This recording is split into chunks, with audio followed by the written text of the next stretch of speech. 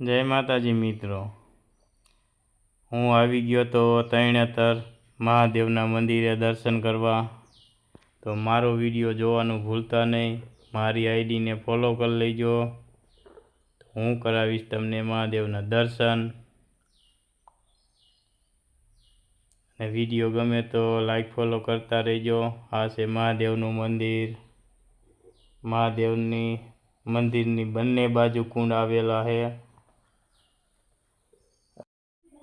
Video ગમે તો share comment કરતા રહેજો અને કોમેન્ટમાં હર હર મહાદેવ લખતા રહેજો।